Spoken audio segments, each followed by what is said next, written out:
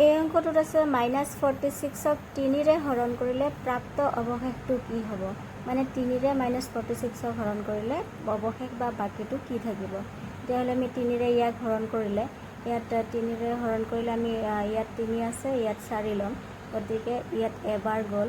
এবাৰ গ'লে ইয়াত -1 দি আমি ডিভাইড কৰিলে কি হ'ব 3 আহিলে মাইনাছ আহি গ'ল মাইনাছ অহাৰ পিছত আমি যেহেতু এইটো বিয়োগ কৰি হৰণত বিয়োগ কৰিব লাগে গতিকে মাইনাছ মাইনাছটো প্লাছ হৈ গ'ল এতিয়া -4 + 3 তাৰ মানে -1 এতিয়া 6 নামি আহিলে এতিয়া 3 দি আমি হৰণ কৰিলে -16ক তেতিয়াহ'লে আমাৰ কেইবাৰ যাব 3 5 15 আৰু মাইনাছটো আছে অলৰেডি মাইনাছটো তেতিয়া এতিয়া গুচি আহিব 3 5 15 আকৌ ইয়াত আমি যেহেতু বিয়োগ কৰিব লাগে মই এইটো তোমালোকৰ সুবিধাৰ কাৰণে কৰি দিছোঁ মাইনাছ মাইনাছ প্লাছ হৈ গ'ল এতিয়া +15 আৰু -16 তাৰ মানে হৈ আছে -1 এতিয়া 3তকৈ এইটো সৰু হৈ গ'ল এইটো হ'ব বাকী বা ভাগশেষ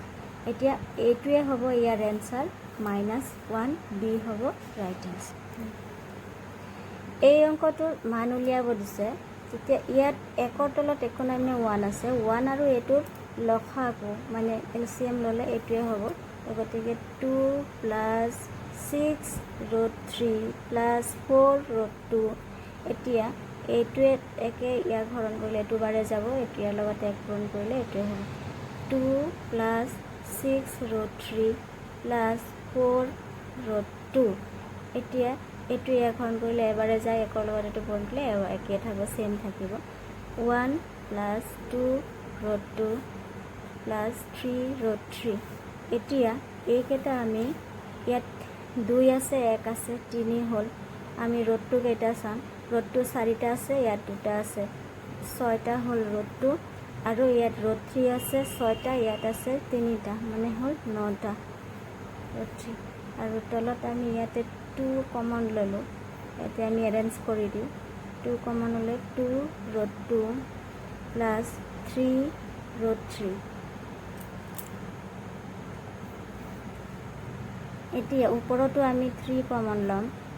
থাকিলে 1 মিনিট ইয়াতে 1 এটা আছে 1 ইয়াত 1 কমন লৈছিলোঁ আমি 1 এটা আছে তাৰপিছত আৰু ইয়াত 3 কমন হ'লে 1 থাকিব ইয়াত 2 থাকিব আৰু ইয়াত থাকিব 3√3 ইয়াত 2 থাকিলে 1 + 2√2 + 3√3